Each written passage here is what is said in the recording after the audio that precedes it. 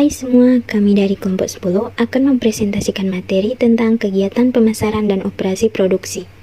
Di dalamnya terdapat 8 topik yang akan kami bahas. Topik yang pertama, pengertian pemasaran. Topik yang kedua, target pemasaran dan segmentasi pasar. Topik yang ketiga, memahami perilaku konsumen. Topik yang keempat, pasar organisasi dan perilaku pembeliannya. Topik yang kelima, pengertian produk. Topik yang keenam, produk campuran. Topik yang ketujuh, tahap proses pengembangan produk.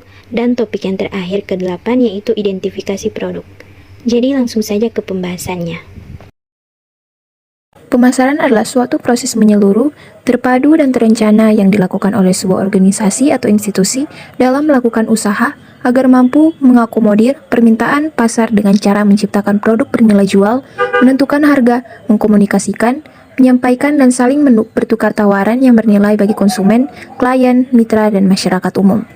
Aspek-aspek untuk pemasaran ini meliputi periklanan, public relation, promosi, distribusi, dan pelayanan konsumen. Proses pemasaran produk atau layanan yaitu produk, harga, tempat, dan promosi. Fungsi pemasaran pada perusahaan terdapat 3 poin, yaitu pertama fungsi pertukaran, kedua fungsi distribusi fisik, dan ketiga fungsi perantara. Tugas pemasaran secara umum. Yang pertama, memperkenalkan produk kepada masyarakat. Kedua, mencapai target penjualan produk. Ketiga, memastikan kepuasan konsumen. Keempat, membuat strategi lanjutan, salah satu contohnya dengan memberikan diskon. Kelima, bekerja sama dengan mitra marketing. Keenam, membuat repetikulasi penjualan.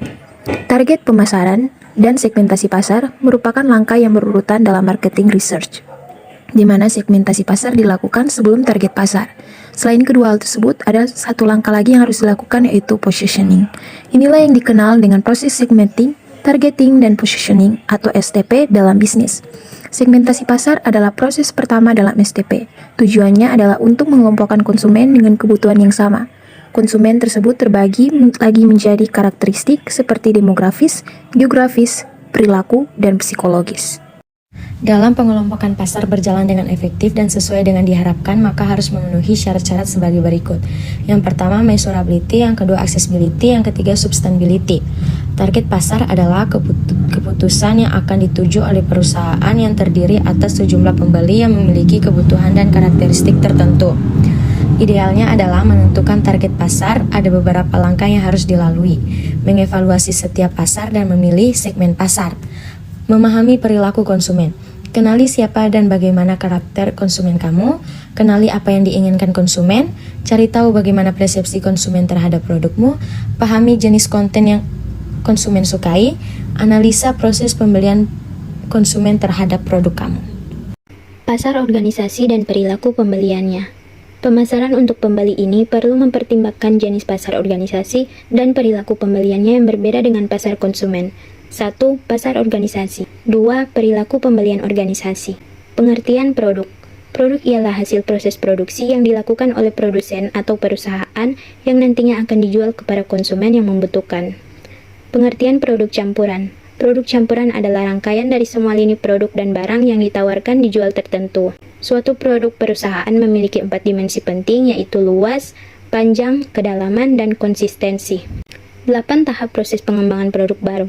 Yang pertama, penciptaan ide produk, penyaringan atau pemilihan ide produk, pengembangan dan pengujian konsep, pengembangan strategi pemasaran, analisa bisnis, pengembangan produk, uji pemasaran, dan komersialisasi. Langkah-langkah melakukan identifikasi produk. Ada 3 langkah. Yang pertama, menyusun daftar pertanyaan, kedua, memilih produk yang paling menjanjikan, dan ketiga, membentuk kelompok kepentingan untuk produk yang dipilih. Baik, untuk melengkapi topik pembahasan kali ini, saya akan memperjelas di bagian pengembangan produk.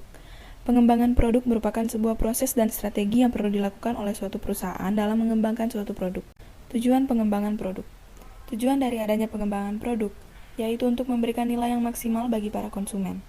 Untuk melengkapi tahapan yang sudah dijelaskan, yaitu ada menciptakan ide atau gagasan, penyaringan ide atau gagasan, pengembangan serta pengujian konsep, pengembangan strategi pemasaran, analisis bisnis, pengembangan produk, uji pemasaran, dan komersialisasi.